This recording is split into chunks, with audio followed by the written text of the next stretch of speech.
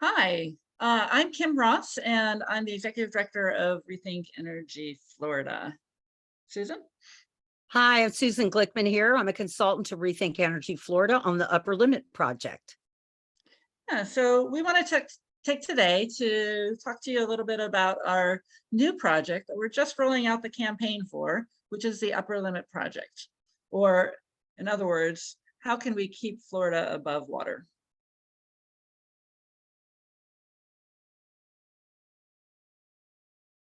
I've been working on climate change issues for more than 2 decades, and we've watched the evolution of this issue. And even in Florida, even with the Florida legislature, clearly there is an acknowledgement of sea level rise and chronic flooding. And we've actually seen Governor DeSantis hand out about $1.5 billion for adaptation on chronic flooding. And this team of people that are leading the Upper Limit Project, we're all sharing a concern that here we are talking about adapting to climate change, adapting to the climate impacts that are already baked into the pipeline, while we're ignoring what we really need to be doing to reduce the threat. So Rafe Pomerantz, who's the former Deputy Assistant Secretary of State, and Dick Raines, who's most recently the CEO at Carfax, of course, the team at ReThink Energy Florida, Florida International University, along with Len Berry, who's a climate scientist, and Jason Lichty, who's at Broward County. People who've been working on this issue for years and years. And what we set out to do and are doing is to make the point that in order to keep Florida viable economically, that we need to keep under the upper limit of sea level rise, and 2 feet is that limit before we really are going to start to lose some of our economic pillars. So Kim, back to you. Absolutely. Yeah. I feel like if we keep putting money into just adaptation, but not into trying to actually stop, slow down sea level rise, then we're going to be throwing money into a black hole. But don't just take our word for it. So the very first thing that we did when we got together last year was to pull scientists from all these different entities together, and experts, to talk to them about what they think that the upper limit should be for sea level rise. Also, what should the upper limit be for heat? We all know it gets so hot here in Florida. And, when is that going to slow down and stop? And how can we slow that down and stop? And then the final thing that we did was we pulled it together into a conversation around what are the compounding impacts of climate change. So we know we have sea level rise, we know we have heat, but how does that impact us on our day-to-day lives? So people from all of these different entities came together on several workshops to talk about that and to help us and guide us in what our messaging is. So as Susan said, the reality is that as sea levels rise, we're no longer going to be viable as a state. We're going to, and the economy is going to be impacted. But the problem, that's a problem, but that's not the problem that we are trying to face. We're trying to face the problem that our policymakers have not yet addressed those root causes of the problem. So that increases the threat. And so our strategy is that we're going to target the key influencers of those most important industries. So our tourism economy, our agricultural economy, the people who are influencing our policymakers. And we want to have them, we want to talk to them about their bottom line and how that's dependent on keeping sea level rise at bay. And then we want to move them to make the case to policymakers and reduce pollution before it's too late. And so we tested we tested messaging after we got our scientists together, and the message that came out overwhelmingly as number one was keep Florida above water and set a 2 feet limit on sea level rise. So having tested that messaging, we're now working with some of our influencers to actually have that conversation about, what is viable, and how do we set a 2 feet limit on sea level rise? And one of the big questions, of course, is why 2 feet? So this is some of the information that we got out of the workshops. we're already seeing 5 to 6 inches of saltwater of sea level rise impacting our saltwater intrusion, especially with the hurricane that just occurred. And we're seeing the degradation of wetlands. We're going to begin seeing more and more overburdened stormwater infrastructure. And then we'll see wastewater management impacts. And, if we don't halt this, then at 2100, we're going to be seeing catastrophic flooding on a regular basis. And basically, the bottom line is we've already seen a foot from the 1970s to today. We've already seen a foot that's already occurred of sea level rise, a foot of sea level rise, and then we'll see another foot between today and 2050. But what's preventable is beyond 2050 and beyond 2 feet. If we start now and take aggressive action, then we can impact beyond 2 feet and beyond 2050. And so that's why one of the main reasons that we selected 2 feet. But only if we start today. So, the other thing that we're talking about with our influencers is the rising cost of adaptation. So right now, we're seeing impacts, but after 2 feet, again, the amount of money that's going to take for us to adapt to sea level rise beyond 2 feet keeps increasing. The number of sewage plants that are impacted increases, it skyrockets. The amount of money that is impacted in terms of property value, but that also impacts property tax, right? So all of these things really start to increase dramatically after 2 feet. So we're working with those influencers to call on Florida policymakers to establish an upper limit for sea level rise. And then, we know that Florida can't do it on its own. So we want to lead by example. And we want to implement an emissions path that's consistent with keeping Florida below the upper limit. And then we want to be advocates at the national and international levels for emissions reductions. So if Florida can be a leader, we think that will have a huge impact at the national and international level. Susan. Yeah, Florida is such a big state. Kim, I just want to reinforce a couple of those things that you said. So we're in a state that is already seeing impacts from climate change, sea level rise and heat.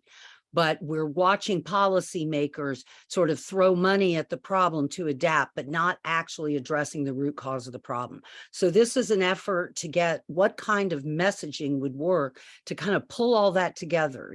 Climate change to a lot of people seems such a longer term, problem on a longer term horizon. And so to put the notion on the head of a pin of what's right in front of us. So establishing an upper limit for sea level rise and having a policy agenda that keeps you in that upper limit. And then again, to reiterate Kim's point, climate change is a global problem. So we need the rest of the country, we need the rest of the world to come along to keep Florida above water.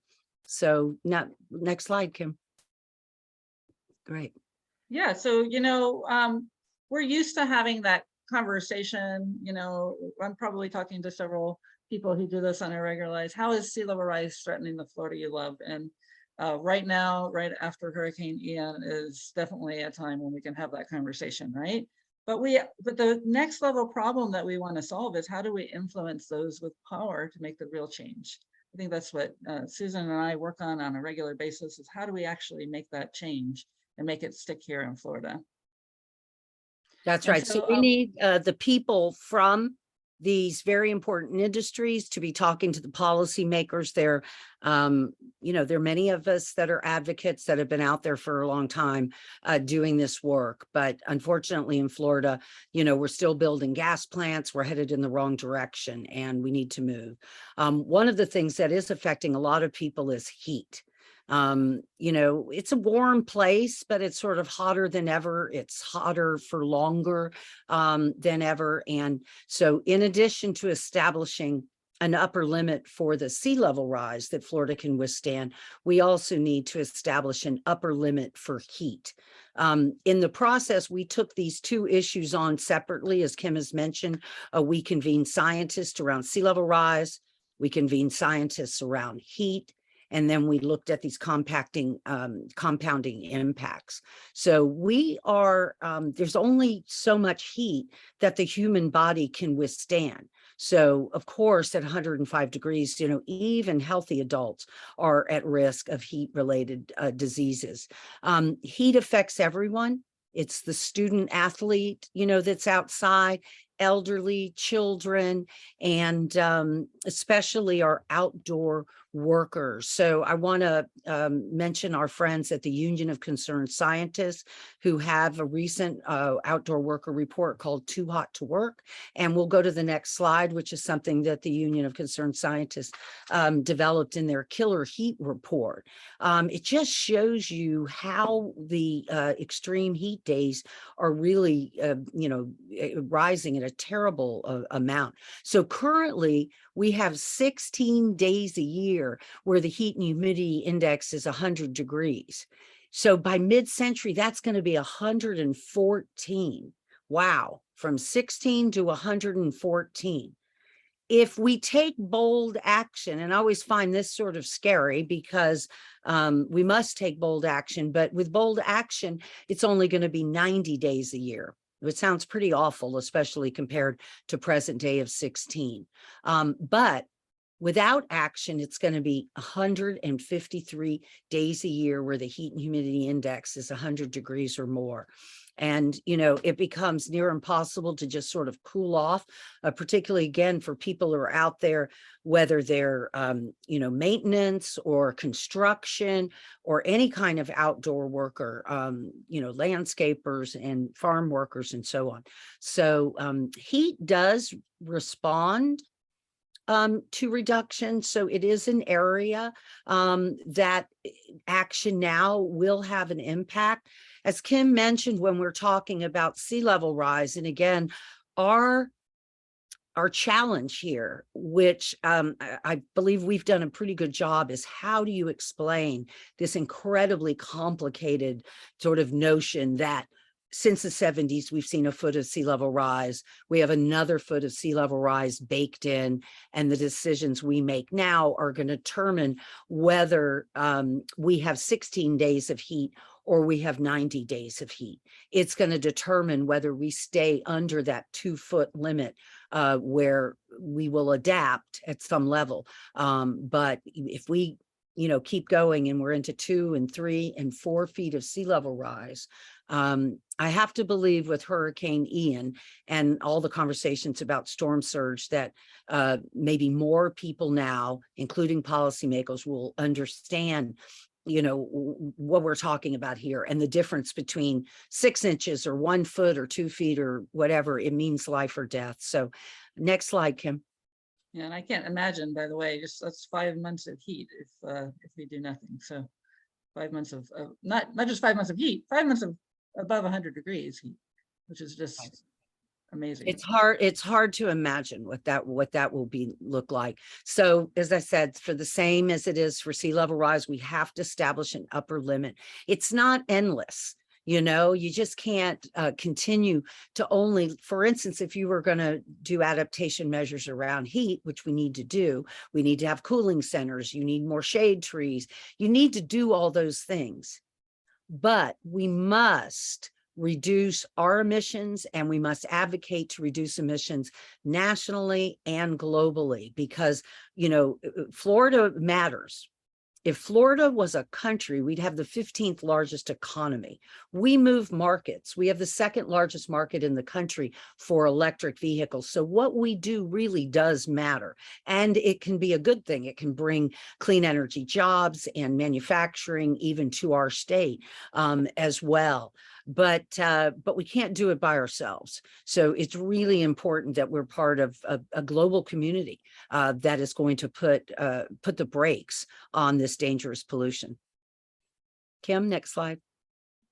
Yeah, so whether or not it's related to heat or related to sea level rise, we know already the answer and the low-hanging fruit when it comes to making a clean energy transition. And it's pretty simple. I bet a lot of folks that are watching this can name it already, but basically electrification of our transportation system and using renewable energy and shifting to solar primarily, as well as storage of our renewable energy. And it doesn't, it exists, and it, like Susan said, it can bring jobs, and overall, it won't cost more money than traditional energy. And more, I Susan? wanted to just comment on that a little bit, Kim, because, you know, we worked with the Evolve Energy, Ben Haley. Yes. They did the Pathways 350 report, and the key takeaway from that is it does not cost more to transition to clean energy than we would pay for traditional energies. Many folks know, talking about our economic pillars in our business community, that the Hertz company makes its home in Southwest Florida, and they have been leasing out Teslas. And they just put something out that their costs are reduced by 50% by using electric vehicles. Consumer Reports has done extensive analysis that over the life cycle, you save $8,000 to $10,000 driving an electric vehicle. So we have these technologies. They don't cost more than traditional energy. We can do so much more with weatherization, energy efficiency, and solar storage, electrification. So the technologies are there. And that's, I think, sort of the most frustrating thing as a longtime advocate, is we could have moved forward faster. And, you know, maybe Hurricane Ian wouldn't have been as strong as it was, right? Because we're seeing these warming Gulf temperatures. And of course, you cannot attribute climate change to any one storm. But we do know that when the Gulf temperatures are warmer, they supercharge storms, and the storms are slower moving. That is an impact of climate change, and you get more rain, like Hurricane Harvey, Hurricane Dorian, Hurricane Floyd, and the same thing with Hurricane Ian. It just sat and sat and sat and rained and rained and rained. Hurricane Michael had those elements. So we see that. So we're talking to people who are, you know, represent the economic pillars of our state: our tourism industry, agriculture, finance, insurance, and real estate and construction. That's what makes Florida tick economically. And climate change impacts all of those pillars. So we're talking to people in those industries because they're the ones that need to talk to our governor and to our legislative leaders and say, enough is enough. We cannot adapt our way out of this problem. Yes, we do need to adapt to the sea level rise and the heat that we know is coming. But if we do not also reduce this dangerous pollution that is warming our planet, then we're just not going to be able to adapt. So, and the decisions that you make around energy now is what's going to sort of pretend that future, right? Because, you know, are we going to do the right thing, or are we not going to do the right thing and get moving now? But if you site a power plant, it's going to be around for 60 years. So even things like infrastructure, electric charging infrastructure, super important. And if we don't do that well now and put that in diverse neighborhoods, we have the potential to create yet another digital divide. 80% of charging happens at home. So we need to make sure that we've got charging infrastructure, multifamily and hospitals and so on. So we can do this. You know, our agriculture community, it's very interesting. They are a big piece of the solution. We do not get to the greenhouse gas reductions without the agriculture community.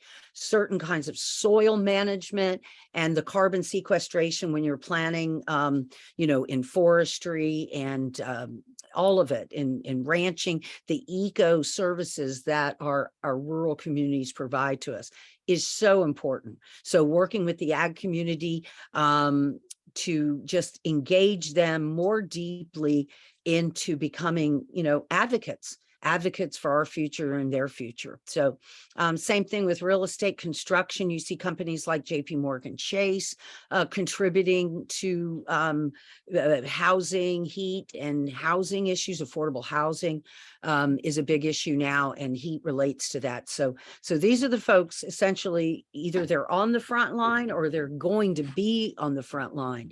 And we're enlisting them to help us keep Florida above water and to set an upper limit for sea level rise and heat. So Kim? Yeah, so, you know, and you mentioned the electric infrastructure charging, and that kind of, there's actually funding right now through the IRA and through the infrastructure bill that was passed earlier, you know, that we can take advantage of if we hop on it right now. So we're going to be using those pillars of influence to help us make that change. I think that's a really good point, because we are sort of in this magical moment with a federal government in the Biden administration that really wants to sort of move things significantly. So we do need everyone, our local governments, to work on this transition while there are some resources. Even in the infrastructure package, cities, for instance, can partner with local government, the local governments can partner with hospitals to get charging infrastructure in hospitals. So that's available right now. I don't know that all the communities know about that, but we need the people that represent the powerful interests in our state to get behind this. So if you have, you know, sort of ideas about folks or industries that we should tap into this, because, you know, this is our theory of change, that enough is enough. We've got to make some better decisions going forward to avoid these worst implications. And we invite you to join us on this project. Absolutely. So yeah, so that's our main ask. What we aren't doing right now is we aren't building up a big grassroots movement, because this is really a grass tops effort at the moment. So, you know, we'll be putting some feelers out there to push a messaging around the grassroots at some point. But right now we're working on that network of influence, because we believe that this needs to come from the folks that are going to feel the impacts in their bottom line of their business. So you all can definitely help build our network of influence. We've got several different ideas, and we've got a great leave behind that we've got. So here's our contact information. Feel free to reach out, and we're happy to give you more information and take the next steps together. Yeah, that's great, Kim. And Kim and I know full well that it is sort of a complicated issue to explain to people. And what we've sought to do was to get really crystal clear about where we are, and that we need to set an upper limit. And 2 feet is that upper limit, and anything beyond 2 feet is more than Florida can withstand. And that might not be the biggest sort of revelation to everyone, you know, who might be listening to us now. But for a lot of people, they've seen climate change as being something down the road, something that's not their problem, something that they don't really have anything, you know, sort of to contribute to the solution. But, you know, given where we're at now, that's not good enough anymore. So we're going to be talking to these pillars of our economy, and we appreciate any ideas. You've got Kim's MI email up there. Shoot us a note, and we'd love to get your help in any way to support this just crucial effort. And our hearts go out to everyone whose life has been disrupted with Hurricane Ian. And that's why we're here doing this today. So please join us. All right. Thank you so much.